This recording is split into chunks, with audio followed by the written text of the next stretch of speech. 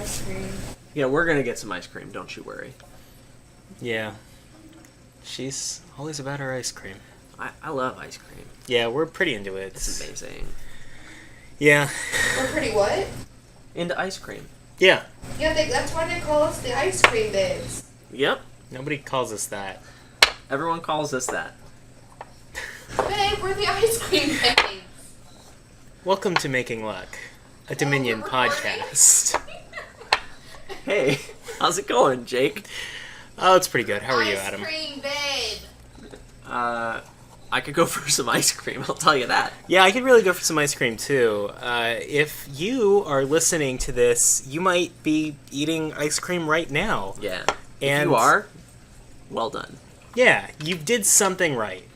Along the way, somewhere in your life, things took the turn that was correct, and now you're eating ice cream. Correct. Oh, that word. Yeah. Man.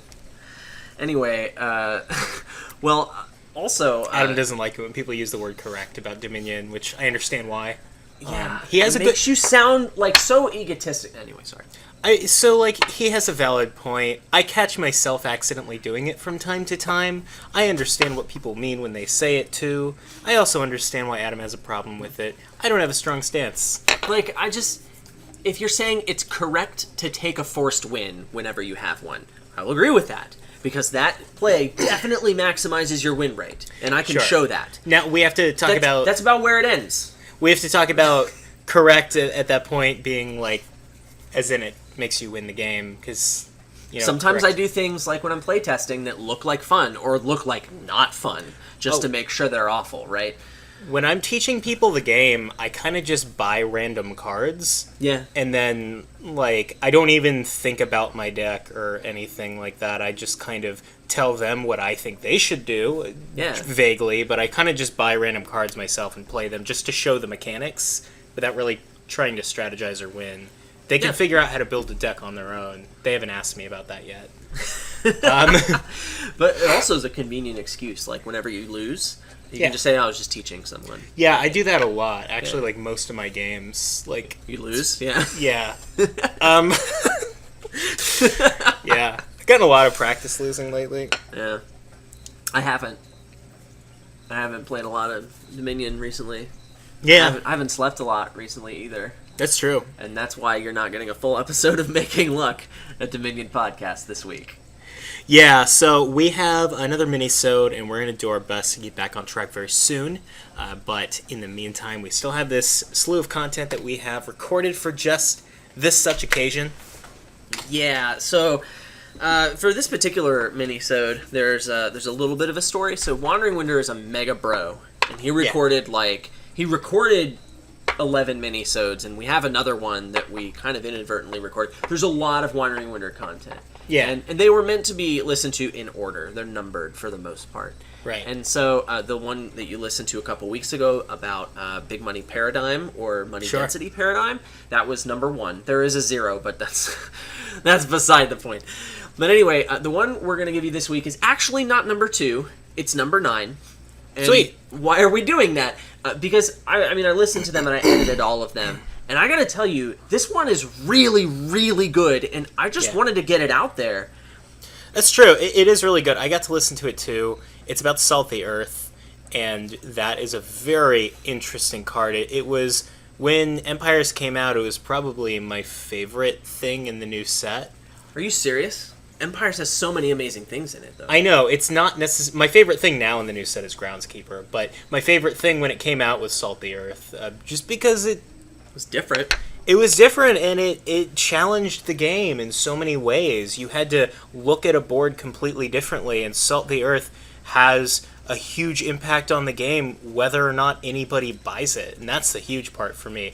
I'm going to go ahead and stop talking about that now and let Wandering Winder get into his analysis of the content, but this is really interesting to us, and we think he did a great job breaking it down. So he said to me, he said to us in our little Minisode private Discord chat, he said that he thinks people are sleeping on Salty Earth, and after listening to this, that's definitely true. I feel like Wandering Winder is just playing on a whole nother level when it comes to Salty Earth. Sure. Like, any game that he's playing with someone that has Salty Earth, and he's going to get a huge advantage. because he knows how to deal with that better than anyone else.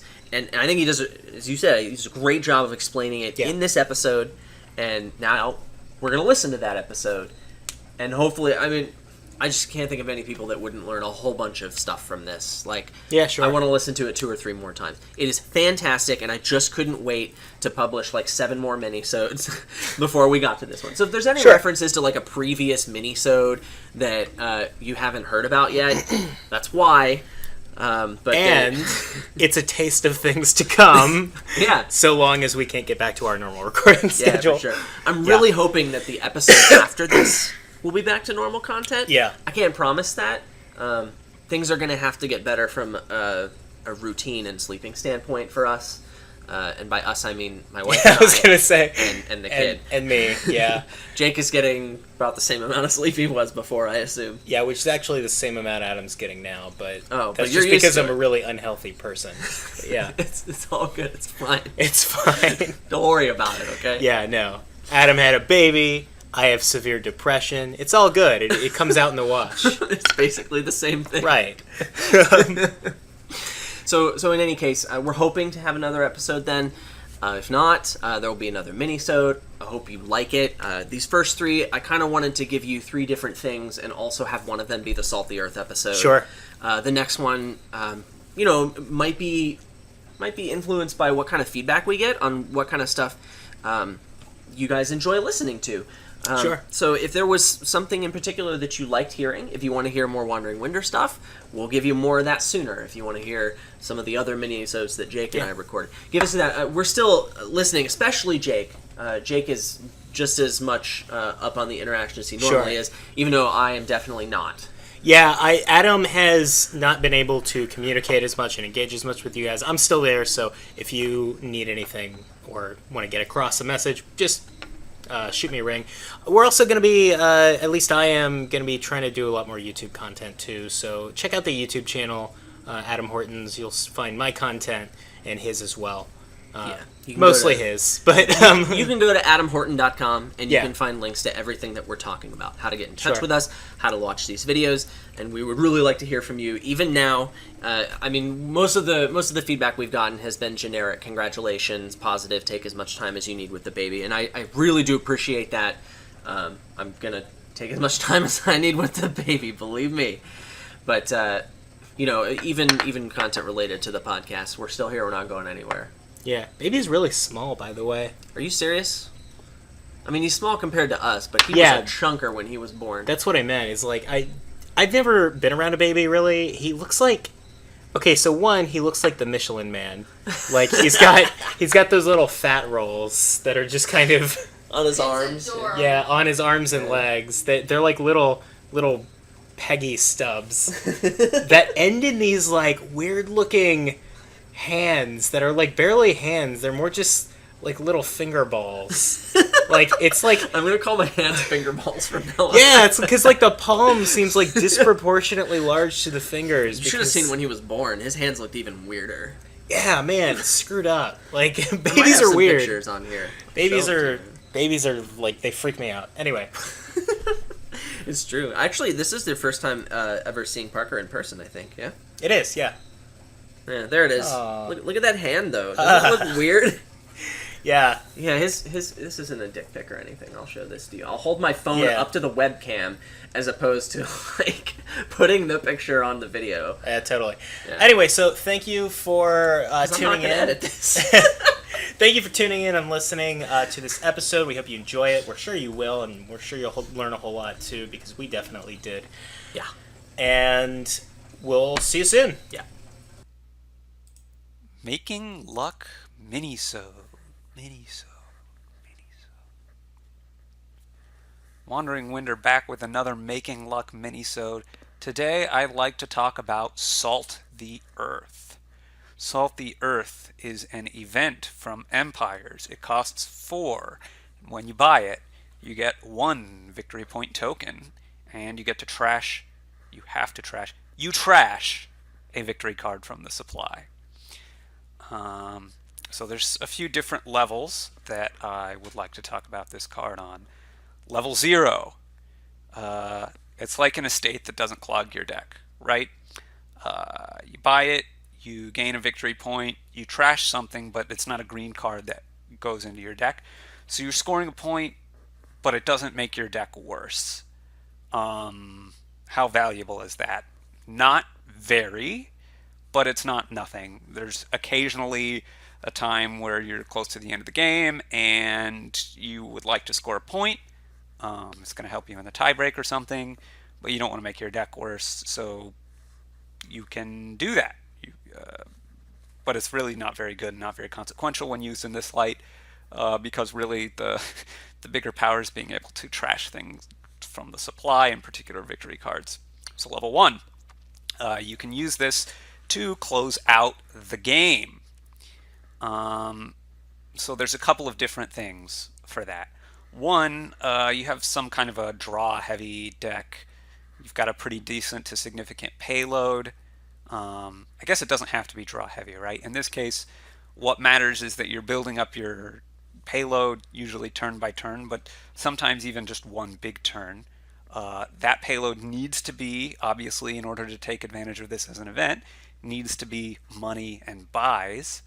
But if you get to the point where you can make 32 money and 8 buys, and you are behind by not so many points, then you can salt the earth 8 times, trash all the provinces, boom, boom, boom, the game is over. If your opponent's got a couple of provinces, then you need fewer money, fewer buys, but you may need to score more points, etc. there. But it's a quick way to end the game. It's particularly useful,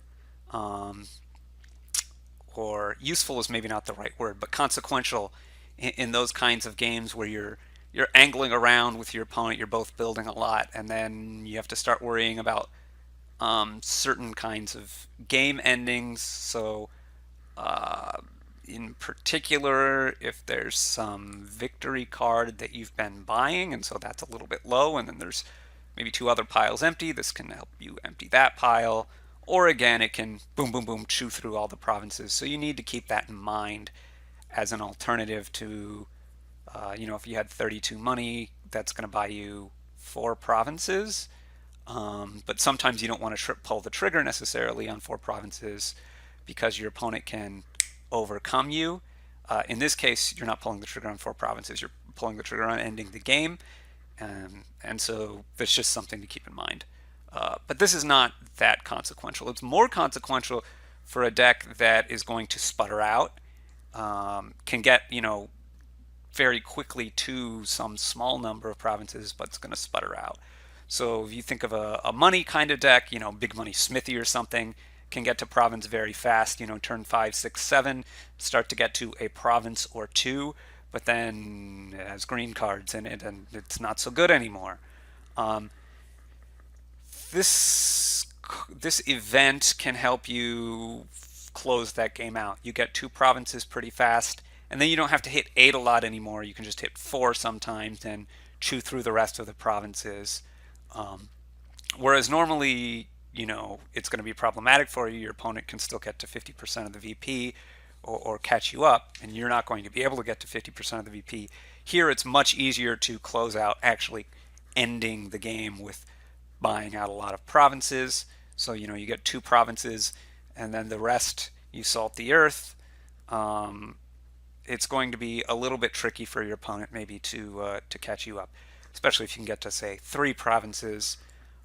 This largely helps the kind of big money decks against decks that often people will call engines, but basically decks that the important point here is not the engineeriness of them, but the speed at which they get set up is slower. And eventually they may be more powerful, but they're slower to start off with. And so they're behind out of the gates. They're behind on points. Salt the earth means they're not going to be able to catch up, whereas the deck that gets out of the gates very quickly and scores some quick points but then sputters out and gets weak, well, that deck can close the game out with salting the earth. So that's level 1, is it's a way to be able to close out the game.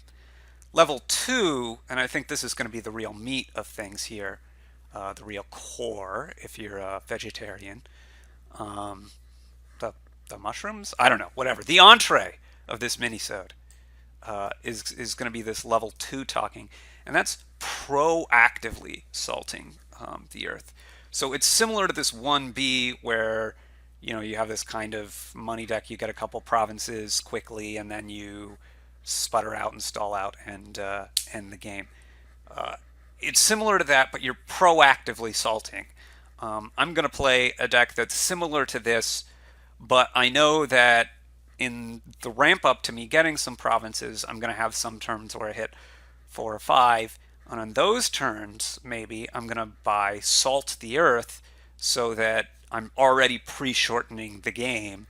Even though I don't have the provinces yet, if I know that I'm ahead of my opponent in being able to get provinces quickly, then if I proactively Salt the Earth, then get a couple provinces, and then continue to Salt the Earth, I'm shrinking down the amount of time that my opponent has. And this is potentially a very powerful thing to do. Typically, this is going to be doing something you do in a case where your opponent is playing a very different kind of deck than you, where their deck is going to take a long time to set up. You can salt them out of the game. You could hypothetically start doing this as early as turn 1 and 2. Realistically, that's not going to be good, and we're going to see that in a second. But you can potentially do it very early if they commit to a slow developing deck. And a key point here is that if you continually start salting the earth very early, you build a game plan around just buying Salt the Earth almost whenever you can. If you commit to doing that early, unlike if you would be buying green cards, let's say I'm just going to, for some reason, rush duchies. If you would try to rush duchies really quickly, that's not going to work for a couple reasons. One is that you can't end the game. Just buying all the duchies, okay, I emptied the duchies. Now what? Your opponent builds longer and is going to have enough time to empty the provinces because you can't end the game after you've gotten the duchies. Salt the Earth doesn't have that problem, obviously, because the primary thing that you're trashing out of the supply in terms of victory cards is going to be provinces. And so once they're gone, the game actually ends. So you can actually end the game. The other big problem, though, with trying to duchy rush, which Salting the Earth does not have, is that when you buy duchy, that's a bad card for your deck. This is kind of that level 0 point here. But the key point in that when you buy Salt the Earth, your deck doesn't actually get any worse at all. It stays exactly the same as it was before. So, that's good for you, and that's good for your ability to be able to salt continually. Even from the start of the game, 50% of the turns you can already buy Salt the Earth. So by the time you add even just a couple of silvers, you're pretty reliable in actually being able to Salt the Earth many, many, many turns. And so if you're full bore going for Salt the Earth from the beginning, again, I wouldn't recommend it because your opponent can react to that, as we're about to get into. But if you do that from the very beginning of the game, then it's actually only going to take you like 12 turns or something to end the game. And that's actually very fast. Not like unheard of fast, but there are many decks that take longer than that to set up. And so you are going to outspeed them. Now, obviously this isn't a very good strategy just to start salting the earth from turn 1, even though you're not going to sputter out. Because, well, okay, you can end, like I said, vaguely somewhere around turn 12, but you're going to have 8 VP, and you're going to have drained the provinces. So the downside, of course, is that your opponent is not forced to play some kind of monolithic strategy where they're not paying attention to what you're doing. They can turn back and start to shift their deck and suddenly get points. And outscore you. If they go for provinces, that they're going to need to get 2 provinces before you can salt the earth 6 times. Because if they just get 1 province and you salt the earth 7 times, then you have 7 points. They have 6 points from their one province. You win the game. If they can get a province and a duchy, then they're actually going to be fine. They're going to be ahead of you 9 points to your 7. You're going to be in a bad shape. More realistically, though, they're not going to help you empty the provinces, and especially because province is harder to get that quickly. The most realistic way for them to try to contest you is to just turn back and get 3 duchies. 3 duchies, 9 points. 8 salt the earths, 8 points. You're not going to be in a good way there. So if they can turn back and do that, then you're going to be in kind of bad shape. Okay. However, it gets more complicated than that. So if you start to salt the earth and then they suddenly knee-jerk reaction, boom, I need to buy a duchy right now, well, you haven't hurt your deck, they have hurt your deck. And just like they're not committing to their slow plotting strategy that never gets points, well, not never, but takes a long time to get points, you're not committing to, I have to buy Salt the Earth every time I ever can from now until Kingdom Come. You can stop salting the Earth. And so if you salt the Earth and they immediately react by buying a duchy, your deck is now probably better than theirs, and then you can stop salting the Earth and turn back towards building more. Then you have to worry about, okay, can they salt the earth out? But probably they can't. Or if they can, then you shouldn't have been salting to start with anyway. So there's this kind of back and forth thing. And when do you want to start salting the earth? And it's all about how, if we suddenly turn into a salt game, there's a couple of questions. If we suddenly turn to a salt game where I'm going to salt every turn from now on, can you catch up? If you can't, then I should definitely salt the earth. However, if you are basically more than one full turn ahead of them in being able to get to green cards quickly, then it can also be a good play to start salting the earth. And the reason for that is, once they start turning back towards doing something similar to you, they spend a turn doing that, you've spent a turn salting the earth. If you were more than a full turn ahead of them in this quickly going for points kind of thing, if you were more than a full turn ahead of them, you're still going to be ahead of them, and you've made them change their game plan. So you're still in a better position, you're still in a winning position. Now, does that mean salt the earth is the best thing for you? Maybe not. And that's going to depend a little bit on what your opponent is doing. If they're doing something that, if they weren't forced to change their game plan, would eventually outscore you, then you absolutely need to salt the earth to prevent them from this deck that takes longer to build but will eventually be more powerful. However, if you were just in a better position in a mirror match or something, then maybe salting the earth makes the game shorter, it decreases the distance between your deck quality and theirs, and in that case isn't actually really a good thing for you. Even though you're still ahead, you're not as ahead as you used to be. So it really depends on, kind of which of those scenarios you're in. But if they commit to something where they buy a card that's bad for the short term but will be good in the long term, let's say an inefficient trasher, they buy a trade route or something, that card is an albatross in their deck. And if they buy a trade route and then they buy a silver because they suddenly need to rush for duchies, you're still ahead of them. They buy another silver, you may be still ahead of them. I mean, obviously it also depends on what you're doing. So that's really kind of the thing that you need to weigh back and forth. But you really need to think about salting, and if that forces them to turn for a strategy that you're better prepared, turn towards playing the kind of game that you're better prepared for, then it can be good, right? I'm playing a big money deck, my opponent's playing for this long build-up deck. I'm like, oh, well, I'm going to proactively salt. In order to beat I'm going to salt game plan, they have to turn for, starting to buy silvers so that they can get to their duchies in time, something like that. Then I stop salting. I'm in a better spot because I've bought more silvers, more money cards. I'm in a better spot to play this money game that I'm now forcing you to play, and now I'm in an advantage. Whereas if I didn't get the salt, you don't have to play my game. right? The whole point of salting in this way is to force your opponent to play your shorter kind of game, where building for a shorter game is more beneficial to you, just getting money and such, rather than trying to get a lot of different pieces together to build this well-formed high payload deck that you need a lot of pieces to come together for.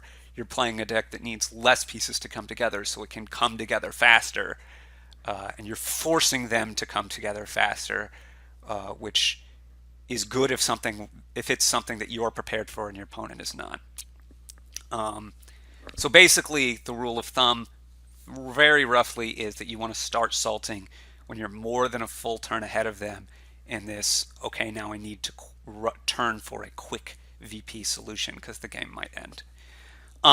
Having said all of that, of course, and this is something you should think about strategically, can someone salt in order to cut out this long building deck in that way? In order for it to work, of course, they need to not be fast enough to score a pile of points before you'd salt enough.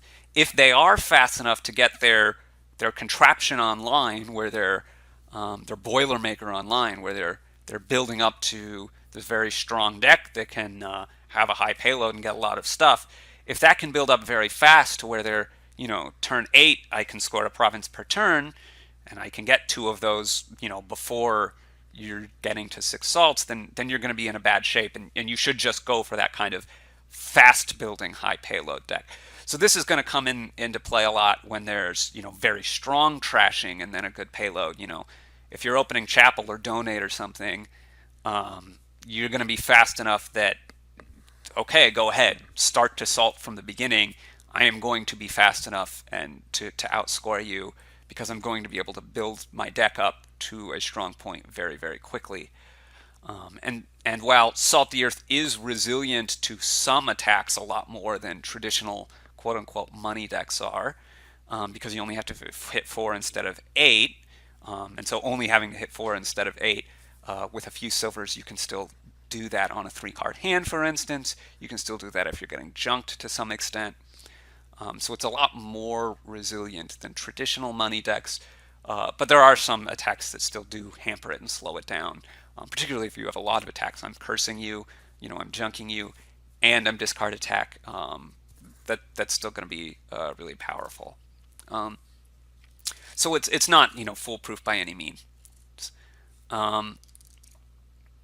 The big point here, of course, though, is that it encourages you, the event, I should say, Salt the Earth, really encourages you to play something which is fast.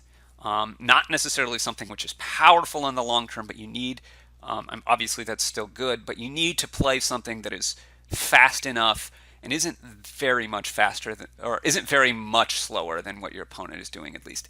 You can be a tiny bit slower, but if you get to be more than a turn slower, basically, like we said before, it's going to be potentially problematic for you.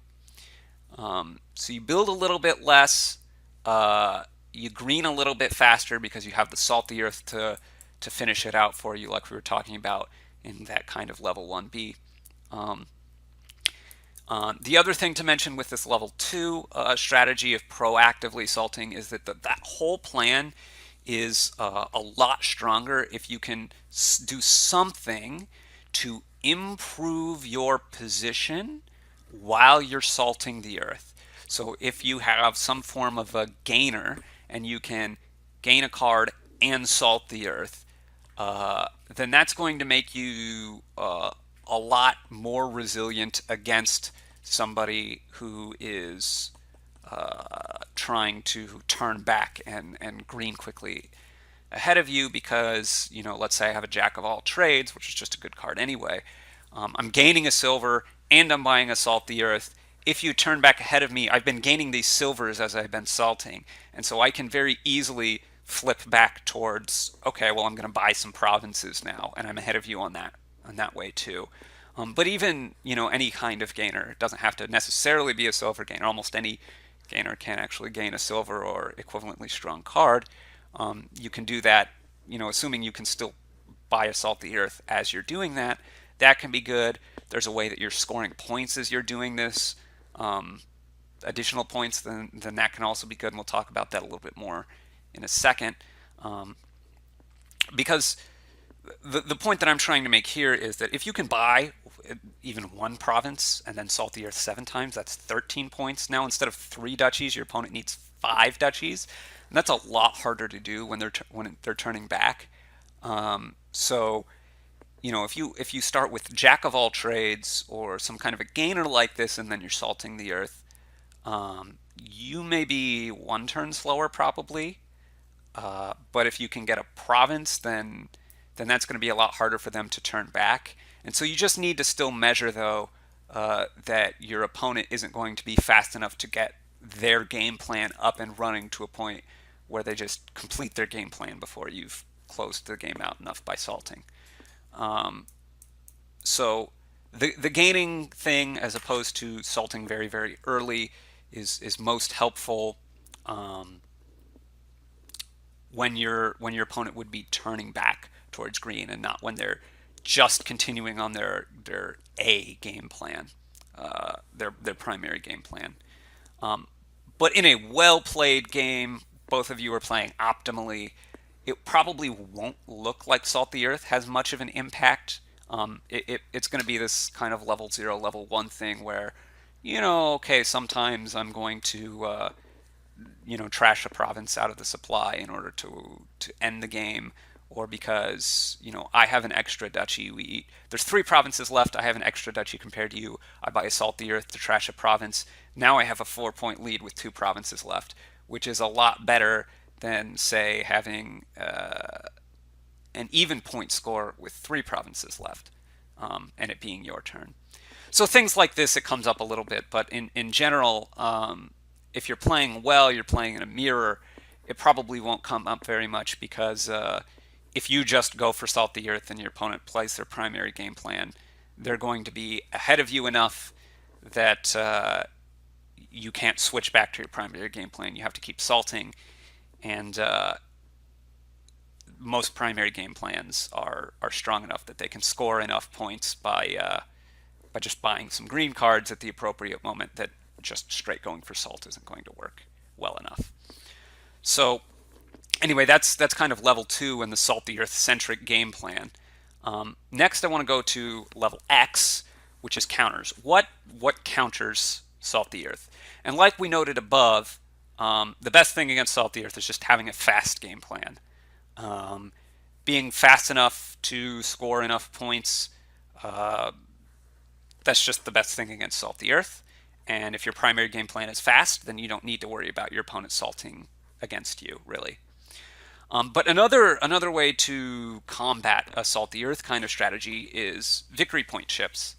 If your opponent can just more or less build their deck as normal, but gain a few victory point chips, even with something, say, as simple as a monument, where every couple turns, every 2 or 3 turns, they're scoring 1 point, well, suddenly, instead of having to get 3 duchies, they can more or less just build exactly as they normally would. They buy 1 duchy maybe, and that's enough to outscore you.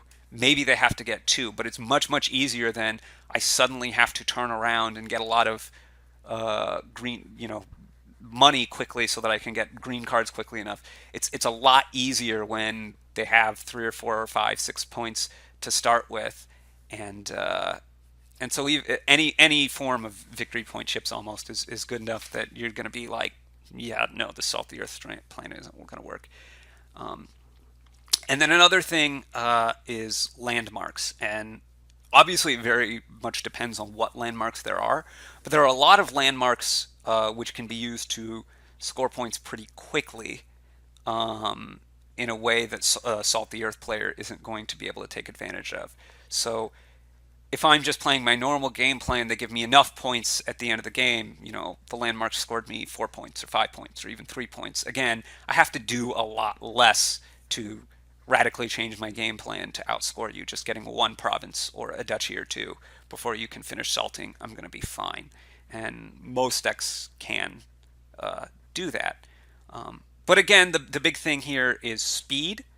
I guess I should mention, if you, as the Salt the Earth player, can slow your opponent down somehow, that's going to help you by playing Salt the Earth. So if there is a junker and you go for that junker, and your opponent's going to clean up the junk eventually with maybe a medium trasher, then maybe you can salt them out before they can get clean. It's a little bit dangerous because the curses are points, and if you're keeping your curses and they're not keeping theirs, then they're scoring points that way too. So that's a pretty dangerous thing going on. But say it's not curses, it's ruins or something, this is a way to slow them down. Because again, the biggest point here is speed.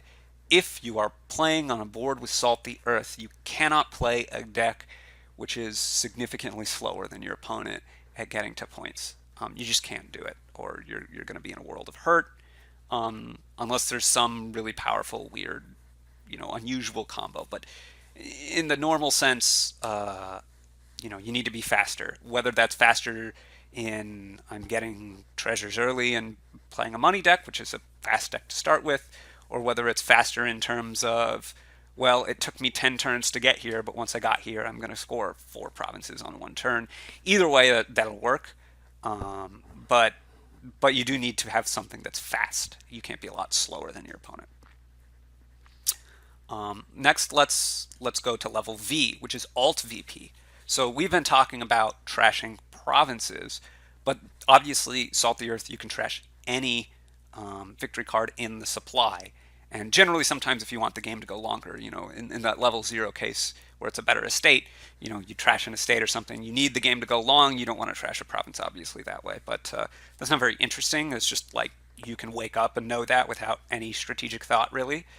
Because it's just better, right? But more interestingly, when we're talking about something like a slog, or even some other Alt VP cards, it starts to get interesting with Salt the Earth. And this comes in because usually in a slog, contesting your opponent on a green card is very often pretty bad.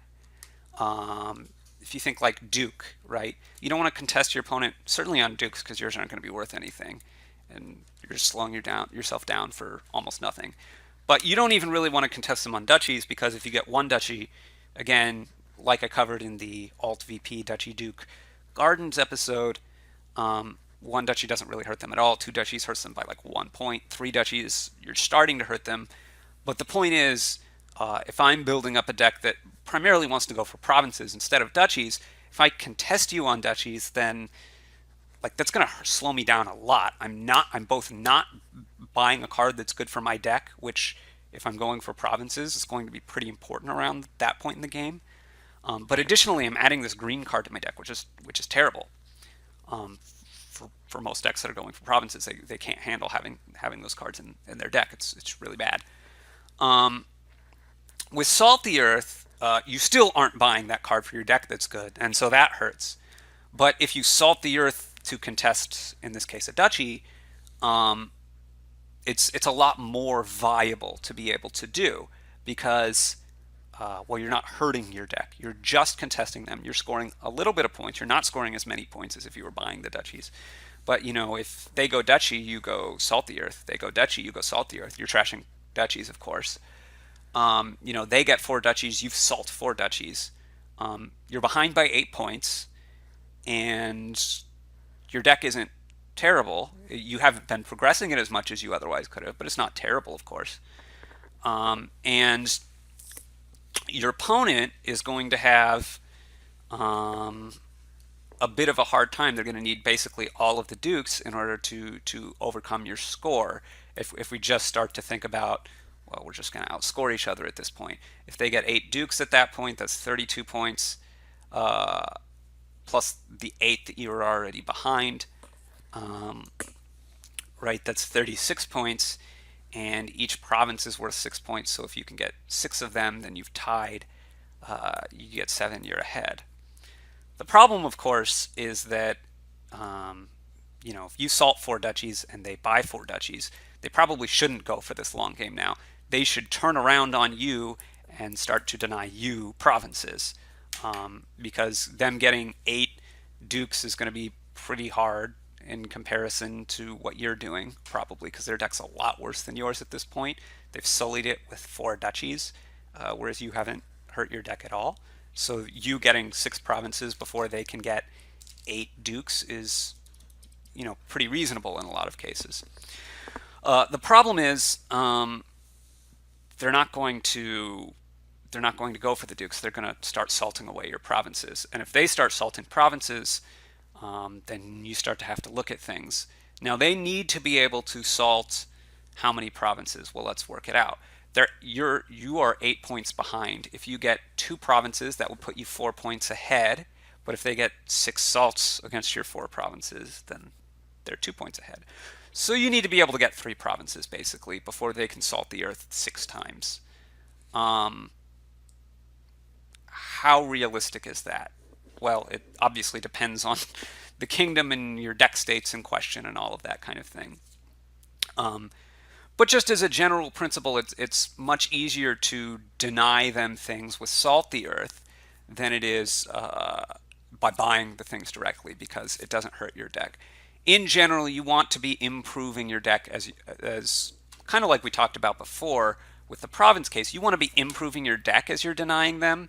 So maybe you're obviously not improving it as fast as you otherwise would, but you can still gain maybe 1 useful card and then deny them something. So that your deck is actually improving as you're salting away these duchies, whereas their deck is getting worse. And so then at the end of that, your deck is strong enough that you can overcome and get your way to a win by getting enough provinces. Sometimes you might want to wait a little bit longer instead of getting, I'm going to gain a card and buy a salt. If it's not directly from a gainer, but you're doing buys, like I'm going to buy something and buy a salt, it may well be worth waiting. And again, this is going to be tactically dependent on the game situation at hand, but it may well be worth waiting to double salt rather than salt and gain something, because you're able to gain something a little bit better. But you need to obviously weigh that against how much you actually have the ability to deny them and how quickly they're gaining their alt VP cards. So it has these interactions with certain alt VP cards, in particular ones that need a lot of copies of that particular card in order to be viable. And then the last thing I want to cover in this episode is what I'm calling level C here, which is combos. And the first combo I want to talk about is Fiefdom. So the point of the Fiefdom Salt the Earth combo is that when you salt the earth a Fiefdom from the supply, the on-trash ability does trigger. You did trash that Fiefdom, so you actually gain 3 silvers and your victory point from the Salt the Earth. So if Salt the Earth is on a board, you have 3-4. You can open silver, Salt the Earth Fiefdom, gain 3 silvers. And that is a really strong opening. So strong that usually it's just going to be the best thing available. And that's for a couple of reasons. One, once you get to this point where you have 4 silvers in your deck, I mean, first of all, it's just an efficient way to gain things.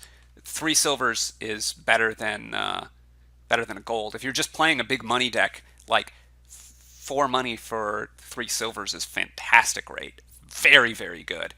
So you could just play big money that way. But if for some reason they're not going to play a big money kind of deck and they're not mirroring you, they really probably should, because it's just obnoxiously strong. But if for some reason they're not, so I've opened silver and I've salted the earth, Fiefdom, I can already start salting provinces away, and I'm very reliable at actually being able to do that every turn from now on. If they're not mirroring you, I don't know what they're doing, but you have 4 silvers in your deck. If they try to turn for points, you're probably in a better position than them. And just buying, trying to salt the earth every turn, starting from turn 3 with your 4 silvers and your starting cards, you're 4.7% to be able to buy a province on a random hand.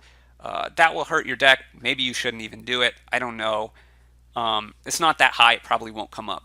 But you're only 7.7% to not be able to salt the earth on any random turn, starting from an unshuffled deck or a fully shuffled deck.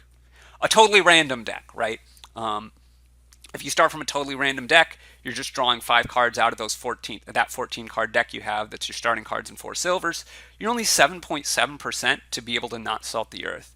So if you need to extend that across the full range of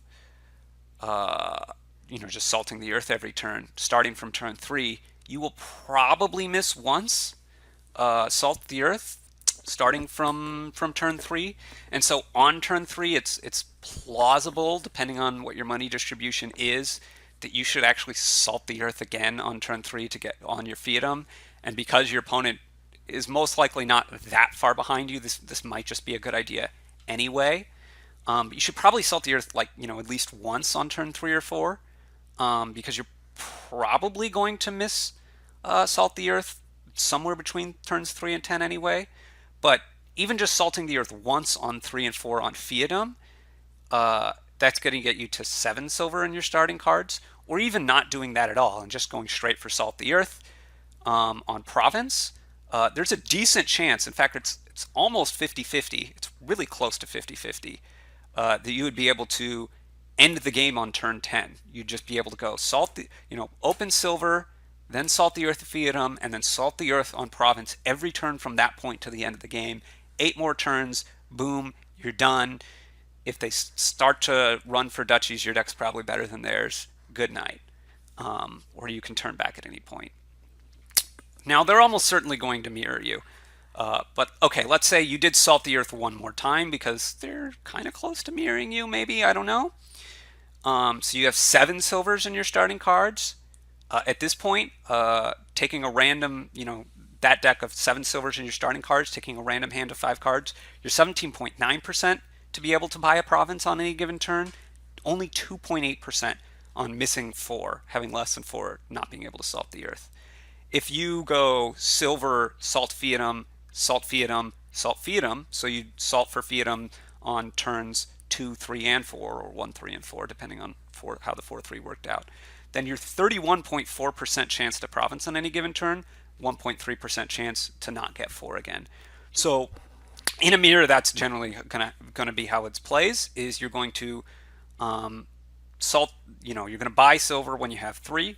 You're going to salt the earth for fiatum when you have 4, 5, 6, or 7, and you're going to buy province when you have 8. And then obviously in the end game, you're going to think about at some point you should buy a duchy.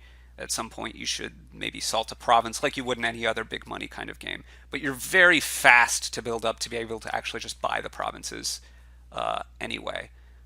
If somehow you're not contested for this silver salt the earth strategy, where you're salting fiatum, and for somehow you can't buy a lot of provinces because your opponent's embargoed them 4 times, you can buy fiatum. You can still salt the provinces. I don't know.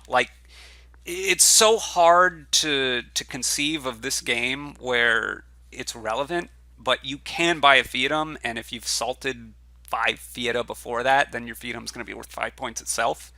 So that's nice. It's just never going to come up, because just going for silver, salt a fiatum, buy some provinces and salt some fiatums, that's going to be good. That's going to be really good. So anyway, that's that combo, and it's really, really strong. The other really strong combo with Salt the Earth is the landmark Baths. So this is one of the landmarks, in fact, probably the biggest example of a landmark that's actually good for Salt the Earth. So Baths, obviously you get 2 victory points every time you go a turn without gaining a card. And if all you're doing on your turn is buying a Salt the Earth and trashing a province, then you're scoring 1 point from your Salt the Earth, you're scoring 2 more points from the Bath, you're scoring 3 points. Basically, your opponent cannot catch up to you.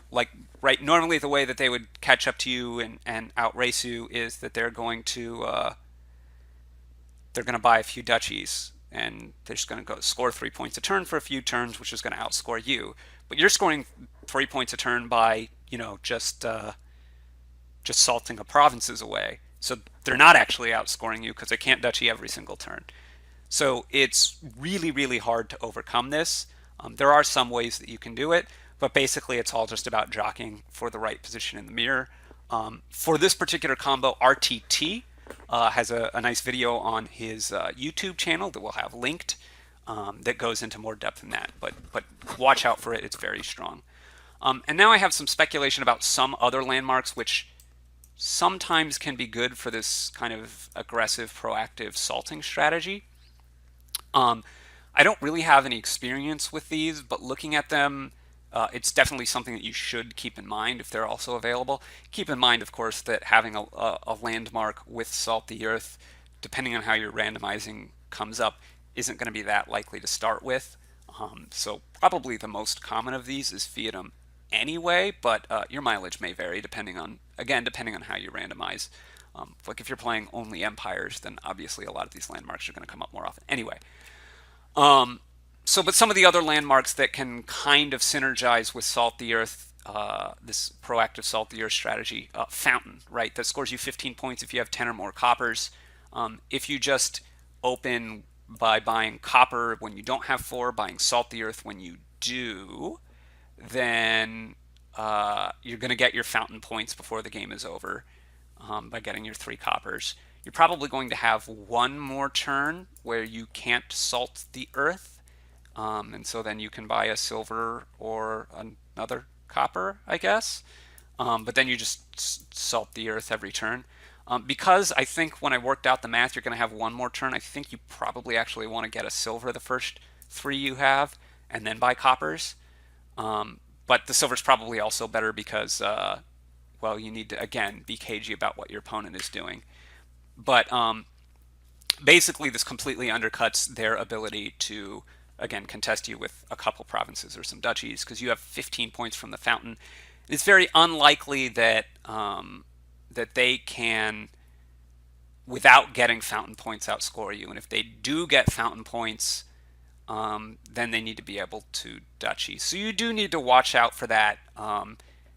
And so it's a little bit tricky. But if they're going for some long build thing and they're not going to be able to incorporate the coppers fast and still get the duchies, then it's very hard to overcome this Fountain thing.